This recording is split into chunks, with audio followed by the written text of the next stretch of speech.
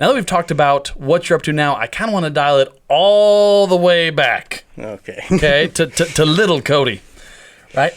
How did this all get started? I'm thinking last week when we were talking about dirigibles, you talked about creating a space blanket balloon that you designed to go up nearly 9 miles and was later eaten by your grandmother's goat. I still love that story, by the way. That is one of my new favorite stories.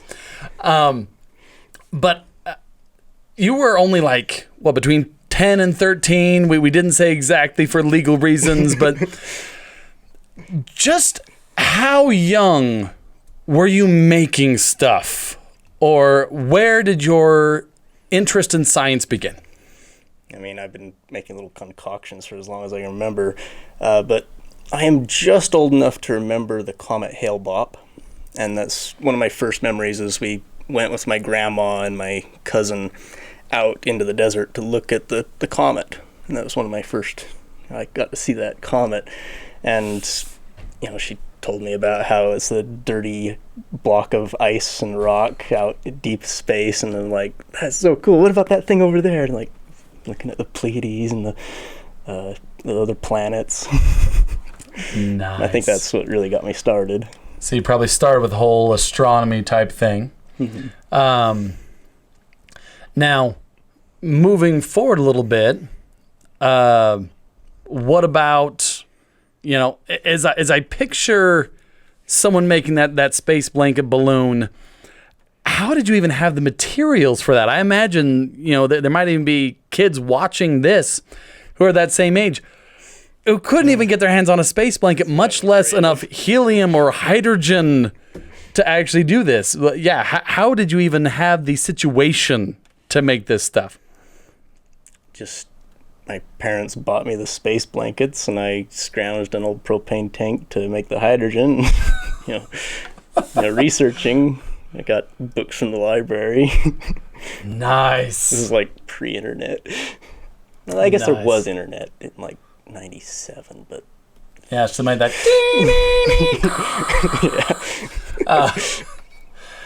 Excellent. Now, at that point, right? So we're talking little Cody. What did you want to be when you grew up? Because you couldn't have said YouTuber, because YouTuber didn't exist at that time. So what did you want to be when you grew up? I guess it would depend on when you asked me. Like if you got me like kindergarten, first grade, I'm like, I'll be a construction worker. If you got me post-comment, I'd say astronaut. So that's probably been the longest one. Say, is that one still going? Is it still the dream to be an astronaut? Well, yeah, I want to be an asteroid mining tycoon. Asteroid mining tycoon. I love it so much. Really, I don't have to go to space. I could control the robots, Yeah. I guess that's a valid point. Yeah. Do you want to go to space, or do you just want to expand beyond the planet? Obviously, I'd love to go into space, but it would be a lot cheaper and easier to send a robot. That is... Maybe I could go and babysit the robots. Get around the light lag issues. Nice. What do you mean by light lag? Just the sorry, you go ahead and explain. So, the Earth-crossing asteroids, they might come within a few thousand, tens of thousands of miles of the Earth, like Apophis in 2029 is going to come within the orbit of many of our satellites, but most of the time they're like on the other side of the sun or way out in the asteroid belt, so it takes time for a signal to get out there and back. It's like half an hour at least. Yeah, what would be an efficient way of getting them closer to Earth without, accidentally destroying all life on Earth? Well, you could wrangle some that are small enough they wouldn't actually destroy all life, but actually, I'd imagine if you were actually moving them around, like putting them into orbit around the moon or whatever, they're probably going to be pretty small in terms of how the rocks go. You'd probably most often mine them on site. So mine them in the asteroid field or at the asteroid, and then just ship back the materials you were looking for? Yeah, the concentrates, the high-value materials.